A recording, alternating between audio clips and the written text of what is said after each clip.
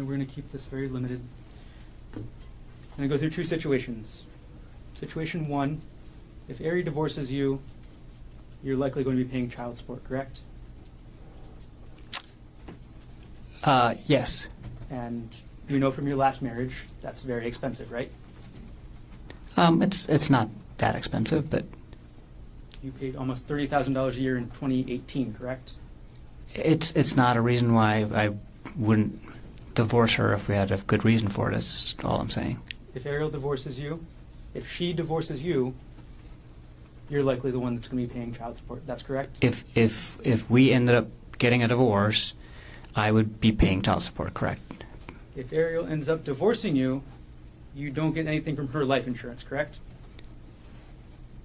If Ariel, if we get divorced, neither one of us gets either one of our life insurances.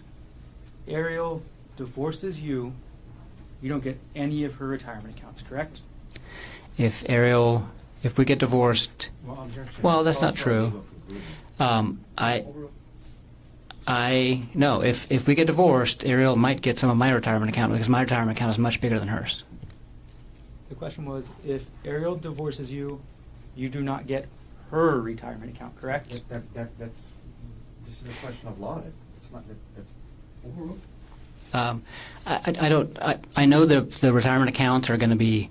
I know that retirement account division is part of divorce, and I know that there's a lot of things that go into that calculation. I know that my retirement account is much bigger than her retirement account, and I'm not sure what portions we'll be able to keep because it's based on when the contributions were made and things like that.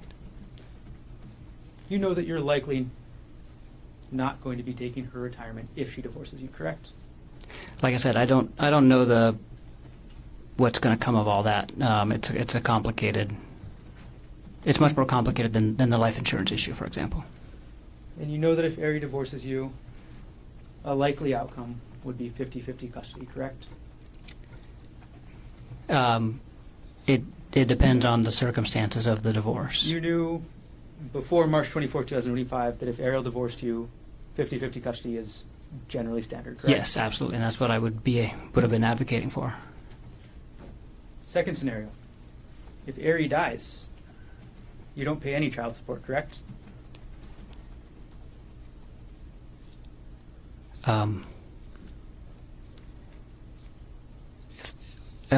If Ari died when? If Ariel Koenig dies,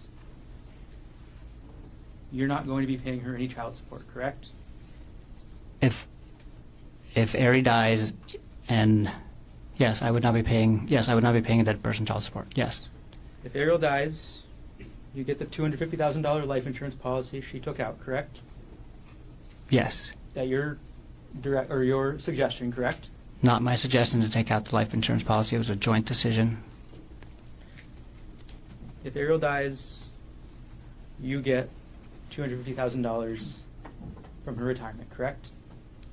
Yes. As the sole beneficiary, correct? Yes. If Ariel dies, you get full custody of the kids, right? If Ariel dies, I'm the only parent left. Yes. No further questions. Mr. Thompson? If you get convicted of this charge, Objection. she gets full custody. Approach.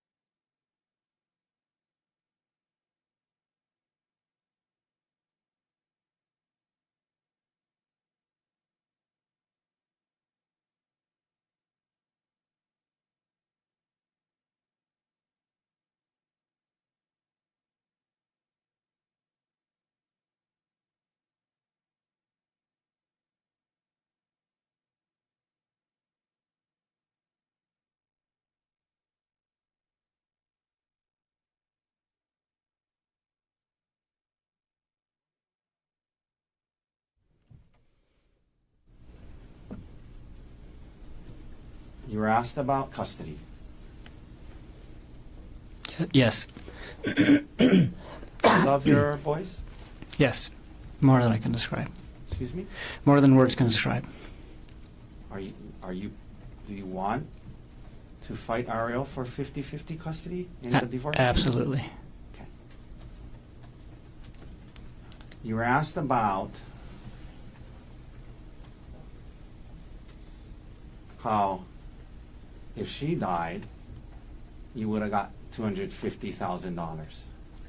How much money would Ariel have gotten if you died? Over $2 million, including the life insurance and the retirement. Let's talk about that. How much life insurance did you take out on your life for her? $1.5 million. And that was in this January to March time period? Yes. During that time period, you decided to take out $1.5 million of life insurance on your life for her, right? Yes. You had more retirement than her? Yes. And if you died, that would go to her. Yes.